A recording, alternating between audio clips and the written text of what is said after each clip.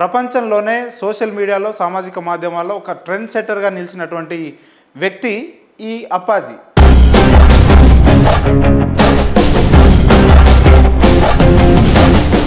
నా గోరంత చెమటకు కొండంత సిరులిచి పెంచినది ప్రజలే కదా. అసలు ఎవరు ఈ అప్పాజీ? ఈ అప్పాజీకి ఉన్నటువంటి ఒక ప్రత్యేకతలు ఏంటంటే, ఏదైతే కర్ణాటక రాష్ట్రంలో యాదగిరి అనే డిస్టిక్లో రోజా మహల్ అనే ఒక చిన్న గ్రామంలో ఈ అప్పాజీ యొక్క ఆశ్రమం ఉంది. ఇతని పేరు మల్లికార్జున ముత్య అలియాస్ అప్పాజీ అని చెప్పి ఇప్పుడు మనం సామాజిక మాధ్యమాల్లో చూస్తాం.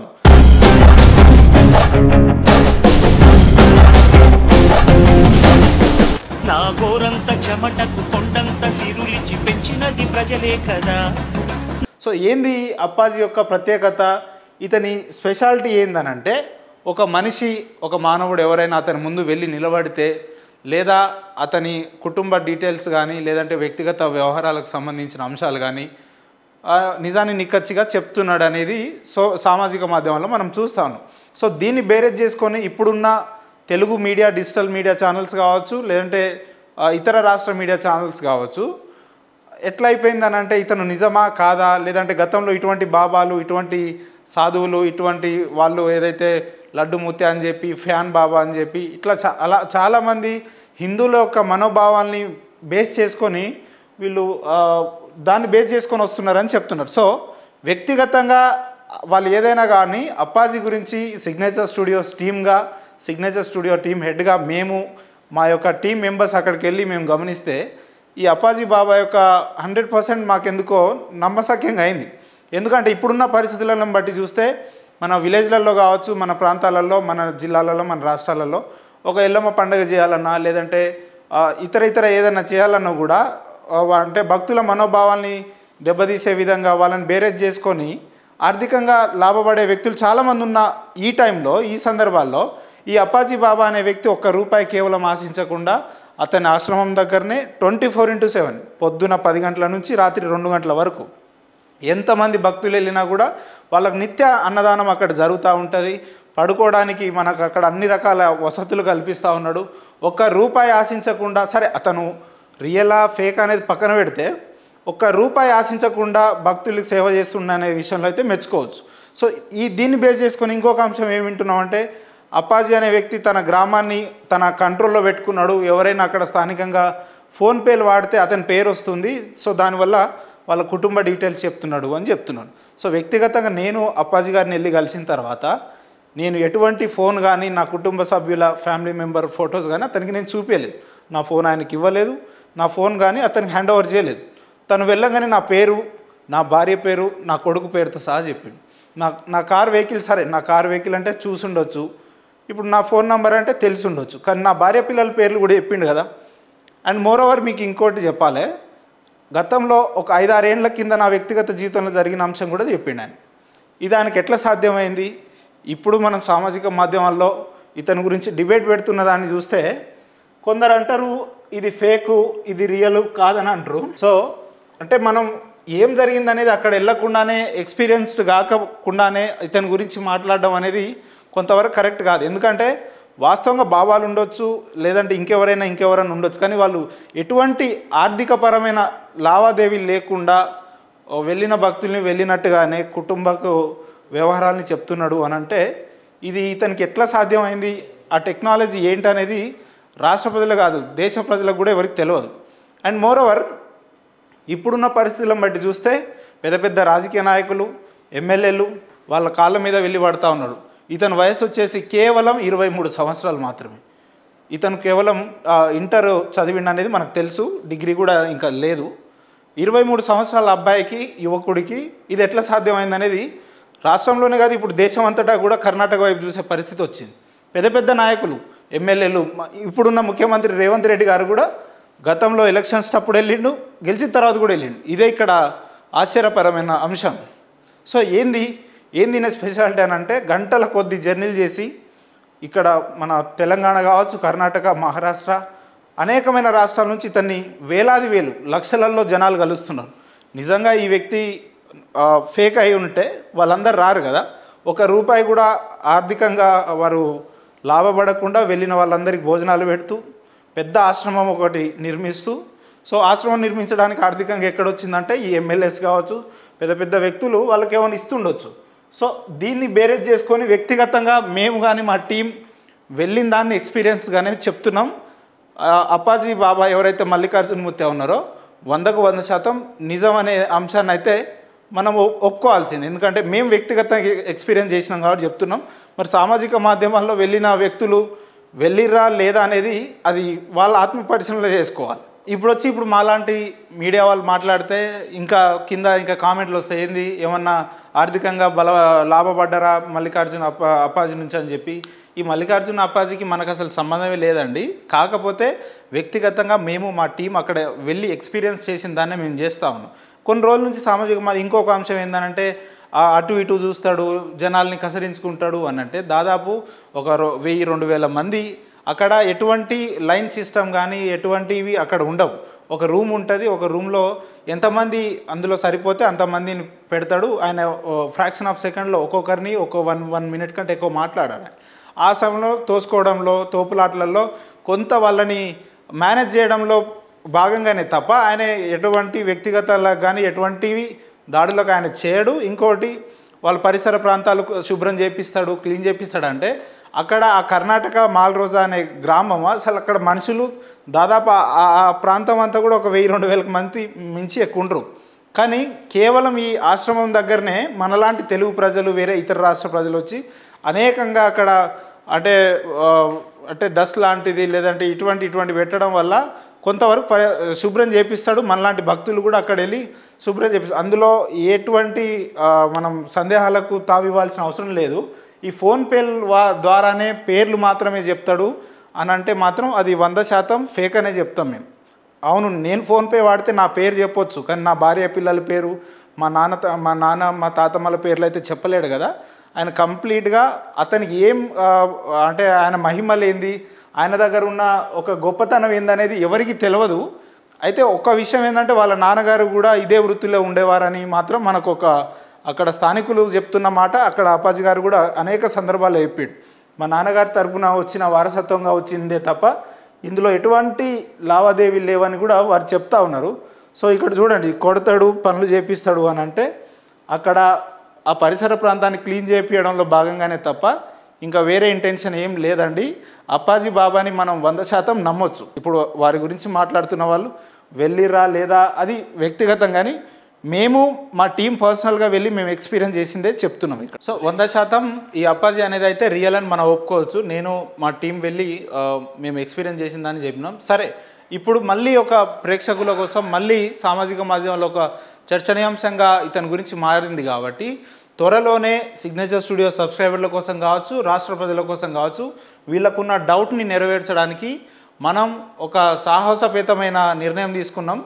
అప్పాజీ గారినే డైరెక్ట్ ఒక వీలైతే 10-20 నిమిషాలు ఒక ఇంటర్వ్యూ రూపంలో కావచ్చు అతను టైం తీసుకునే మార్గంలో ఉన్నాం. ఆల్రెడీ అదే ఆలోచనలు ఉన్నాం. అతి త్వరలోనే వెరీ సూన్ మనం అప్పాజీ ఆశ్రమంకి వెళ్ళబోతున్నాం. అక్కడ ఉండే పరిస్థితుల్ని మళ్ళీ ఒకసారి పర్యవేక్షించి నిజాల్ని ప్రజలకు తెలియజేసే ప్రయత్నం చేస్తామని. ప్రపంచంలోనే సోషల్ మీడియాలో సామాజిక మాధ్యమాల్లో ఒక ట్రెండ్ సెట్టర్గా నిలిచినటువంటి వ్యక్తి ఈ అప్పాజీ.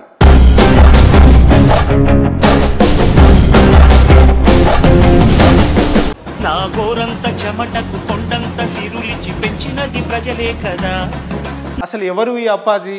ఈ అప్పాజీకి ఉన్నటువంటి ఒక ప్రత్యేకతలు ఏంటంటే, ఏదైతే కర్ణాటక రాష్ట్రంలో యాదగిరి అనే డిస్టిక్లో రోజా మహల్ అనే ఒక చిన్న గ్రామంలో ఈ అప్పాజీ యొక్క ఆశ్రమం ఉంది. ఇతని పేరు మల్లికార్జున ముత్య అలియాస్ అప్పాజీ అని చెప్పి ఇప్పుడు మనం సామాజిక మాధ్యమాల్లో చూస్తా ఉన్నాం.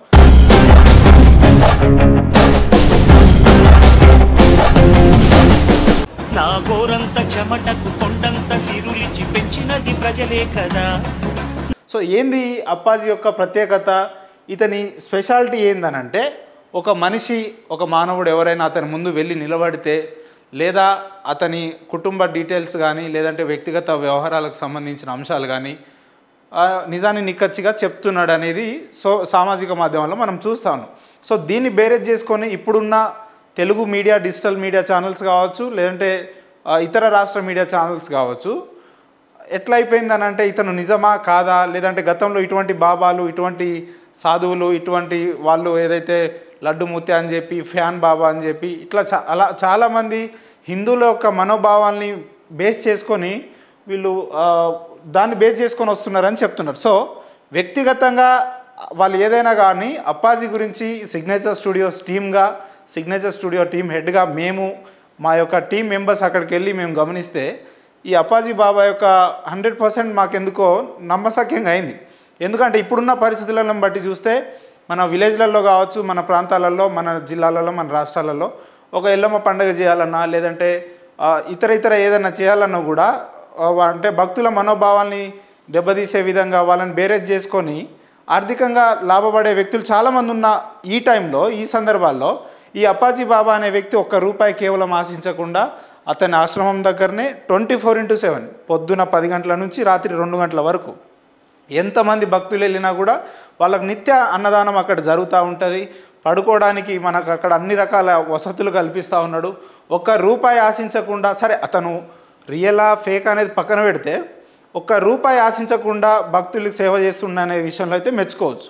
సో దీన్ని బేస్ చేసుకొని ఇంకొక అంశం ఏమి వింటున్నామంటే అప్పాజీ అనే వ్యక్తి తన గ్రామాన్ని తన కంట్రోల్లో పెట్టుకున్నాడు. ఎవరైనా అక్కడ స్థానికంగా ఫోన్పేలు వాడితే అతని పేరు వస్తుంది. సో దానివల్ల వాళ్ళ కుటుంబ డీటెయిల్స్ చెప్తున్నాడు అని చెప్తున్నాడు. సో వ్యక్తిగతంగా నేను అప్పాజీ గారిని వెళ్ళి కలిసిన తర్వాత నేను ఎటువంటి ఫోన్ కానీ నా కుటుంబ సభ్యుల ఫ్యామిలీ మెంబర్ ఫొటోస్ కానీ అతనికి నేను చూపించలేదు. నా ఫోన్ ఆయనకి ఇవ్వలేదు, నా ఫోన్ కానీ అతనికి హ్యాండ్ ఓవర్ చేయలేదు. తను వెళ్ళగానే నా పేరు, నా భార్య పేరు, నా కొడుకు పేరుతో సహా చెప్పిండు. నా కార్ వెహికల్, సరే నా కార్ వెహికల్ అంటే చూసి ఉండొచ్చు, ఇప్పుడు నా ఫోన్ నెంబర్ అంటే తెలిసి ఉండొచ్చు, కానీ నా భార్య పిల్లల పేర్లు కూడా చెప్పిండు కదా. అండ్ మోర్ ఓవర్ మీకు ఇంకోటి చెప్పాలి, గతంలో ఒక 5-6 ఏళ్ల కింద నా వ్యక్తిగత జీవితంలో జరిగిన అంశం కూడా చెప్పిండు ఆయన. ఇది ఆయనకి ఎట్లా సాధ్యమైంది? ఇప్పుడు మనం సామాజిక మాధ్యమాల్లో ఇతని గురించి డిబేట్ పెడుతున్న దాన్ని చూస్తే కొందరు అంటారు ఇది ఫేకు, ఇది రియలు కాదని అంటారు. సో అంటే మనం ఏం జరిగిందనేది అక్కడ వెళ్ళకుండానే ఎక్స్పీరియన్స్డ్ కాకుండానే ఇతని గురించి మాట్లాడడం అనేది కొంతవరకు కరెక్ట్ కాదు. ఎందుకంటే వాస్తవంగా బాబాలు ఉండొచ్చు, లేదంటే ఇంకెవరైనా ఉండొచ్చు, కానీ వాళ్ళు ఎటువంటి ఆర్థికపరమైన లావాదేవీలు లేకుండా వెళ్ళిన భక్తుల్ని వెళ్ళినట్టుగానే కుటుంబకు వ్యవహారాలని చెప్తున్నాడు అని అంటే ఇది ఇతనికి ఎట్లా సాధ్యమైంది, ఆ టెక్నాలజీ ఏంటనేది రాష్ట్ర ప్రజలు కాదు దేశ ప్రజలకు కూడా ఎవరికి తెలియదు. అండ్ మోర్ ఓవర్ ఇప్పుడున్న పరిస్థితులను బట్టి చూస్తే పెద్ద పెద్ద రాజకీయ నాయకులు, ఎమ్మెల్యేలు వాళ్ళ కాళ్ళ మీద వెళ్ళి పడుతూ ఉన్నాడు. ఇతని వయసు వచ్చేసి కేవలం 23 సంవత్సరాలు మాత్రమే. ఇతను కేవలం ఇంటర్ చదివిండు అనేది మనకు తెలుసు, డిగ్రీ కూడా ఇంకా లేదు. 23 సంవత్సరాల అబ్బాయికి, యువకుడికి ఇది ఎట్లా సాధ్యమైంది అనేది రాష్ట్రంలోనే కాదు ఇప్పుడు దేశం అంతటా కూడా కర్ణాటక వైపు చూసే పరిస్థితి వచ్చింది. పెద్ద పెద్ద నాయకులు, ఎమ్మెల్యేలు, ఇప్పుడున్న ముఖ్యమంత్రి రేవంత్ రెడ్డి గారు కూడా గతంలో ఎలక్షన్స్ అప్పుడు వెళ్ళిండు, గెలిచిన తర్వాత కూడా వెళ్ళిండు. ఇదే ఇక్కడ ఆశ్చర్యపరమైన అంశం. సో ఏంది స్పెషాలిటీ అని అంటే గంటల కొద్ది జర్నీలు చేసి ఇక్కడ మన తెలంగాణ కావచ్చు, కర్ణాటక, మహారాష్ట్ర అనేకమైన రాష్ట్రాల నుంచి ఇతన్ని వేలు లక్షలలో జనాలు కలుస్తున్నారు. నిజంగా ఈ వ్యక్తి ఫేక్ అయి ఉంటే వాళ్ళందరూ రారు కదా. ₹1 కూడా ఆర్థికంగా వారు లాభపడకుండా వెళ్ళిన వాళ్ళందరికీ భోజనాలు పెడుతూ పెద్ద ఆశ్రమం ఒకటి నిర్మిస్తూ, సో ఆశ్రమం నిర్మించడానికి ఆర్థికంగా ఎక్కడొచ్చిందంటే ఈ ఎమ్మెల్యేస్ కావచ్చు, పెద్ద పెద్ద వ్యక్తులు వాళ్ళకి ఏమైనా ఇస్తుండొచ్చు. సో దీన్ని బేరేజ్ చేసుకొని వ్యక్తిగతంగా మేము కానీ మా టీం వెళ్ళిన దాన్ని ఎక్స్పీరియన్స్గానే చెప్తున్నాం. అప్పాజీ బాబా ఎవరైతే మల్లికార్జున మూర్తి ఉన్నారో 100% నిజం అనే అంశాన్ని అయితే మనం ఒప్పుకోవాల్సింది. ఎందుకంటే మేము వ్యక్తిగతంగా ఎక్స్పీరియన్స్ చేసినాం కాబట్టి చెప్తున్నాం. మరి సామాజిక మాధ్యమాల్లో వెళ్ళిన వ్యక్తులు వెళ్ళిర్రా లేదా అనేది అది వాళ్ళ ఆత్మ పరిశీలన చేసుకోవాలి. ఇప్పుడు మాలాంటి మీడియా వాళ్ళు మాట్లాడితే ఇంకా కింద కామెంట్లు వస్తాయి, ఏంది ఏమన్నా ఆర్థికంగా లాభపడ్డారా అప్పాజీ నుంచి అని చెప్పి. ఈ మల్లికార్జున అప్పాజీకి మనకు అసలు సంబంధమే లేదండి. కాకపోతే వ్యక్తిగతంగా మేము మా టీం అక్కడ వెళ్ళి ఎక్స్పీరియన్స్ చేసిన దాన్నే మేము చేస్తూ ఉన్నాం. కొన్ని రోజుల నుంచి సామాజిక ఇంకొక అంశం ఏంటంటే అటు ఇటు చూస్తాడు, జనాల్ని కసరించుకుంటాడు అని అంటే దాదాపు ఒక 1000-2000 మంది అక్కడ ఎటువంటి లైన్ సిస్టమ్ కానీ ఎటువంటివి అక్కడ ఉండవు. ఒక రూమ్ ఉంటుంది, ఒక రూమ్లో ఎంతమంది అందులో సరిపోతే అంతమందిని పెడతాడు. ఆయన ఫ్రాక్షన్ ఆఫ్ సెకండ్లో ఒక్కొక్కరిని ఒక 1 మినిట్ కంటే ఎక్కువ మాట్లాడాలి.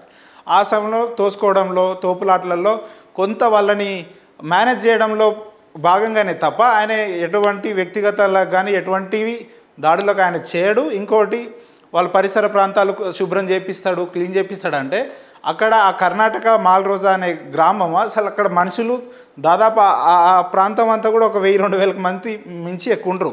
కానీ కేవలం ఈ ఆశ్రమం దగ్గరనే మనలాంటి తెలుగు ప్రజలు వేరే ఇతర రాష్ట్ర ప్రజలు వచ్చి అనేకంగా అక్కడ అంటే అంటే డస్ట్ లాంటిది లేదంటే ఇటువంటి పెట్టడం వల్ల కొంతవరకు శుభ్రం చేపిస్తాడు. మనలాంటి భక్తులు కూడా అక్కడ వెళ్ళి శుభ్రం చేపిస్తాడు. అందులో ఎటువంటి మనం సందేహాలకు తావివ్వాల్సిన అవసరం లేదు.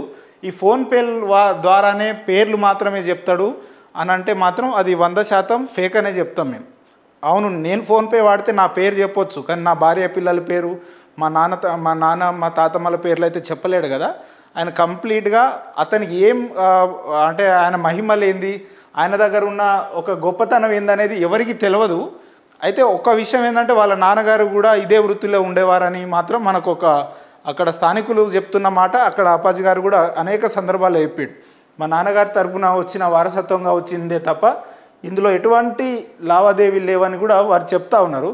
సో ఇక్కడ చూడండి, కొడతాడు, పనులు చేపిస్తాడు అని అంటే అక్కడ ఆ పరిసర ప్రాంతాన్ని క్లీన్ చేయించడంలో భాగంగానే తప్ప ఇంకా వేరే ఇంటెన్షన్ ఏం లేదండి.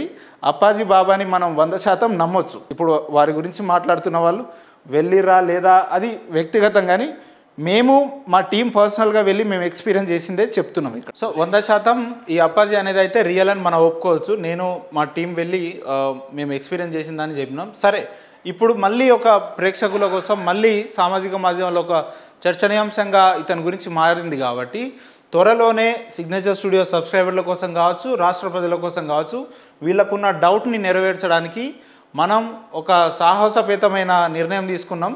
అప్పాజీ గారినే డైరెక్ట్ ఒక వీలైతే 10-20 నిమిషాలు ఒక ఇంటర్వ్యూ రూపంలో కావచ్చు అతను టైం తీసుకునే మార్గంలో ఉన్నాం. ఆల్రెడీ అదే ఆలోచనలు ఉన్నాం. అతి త్వరలోనే వెరీ సూన్ మనం అతన్ని అప్పాజీ ఆశ్రమంకి వెళ్ళబోతున్నాం.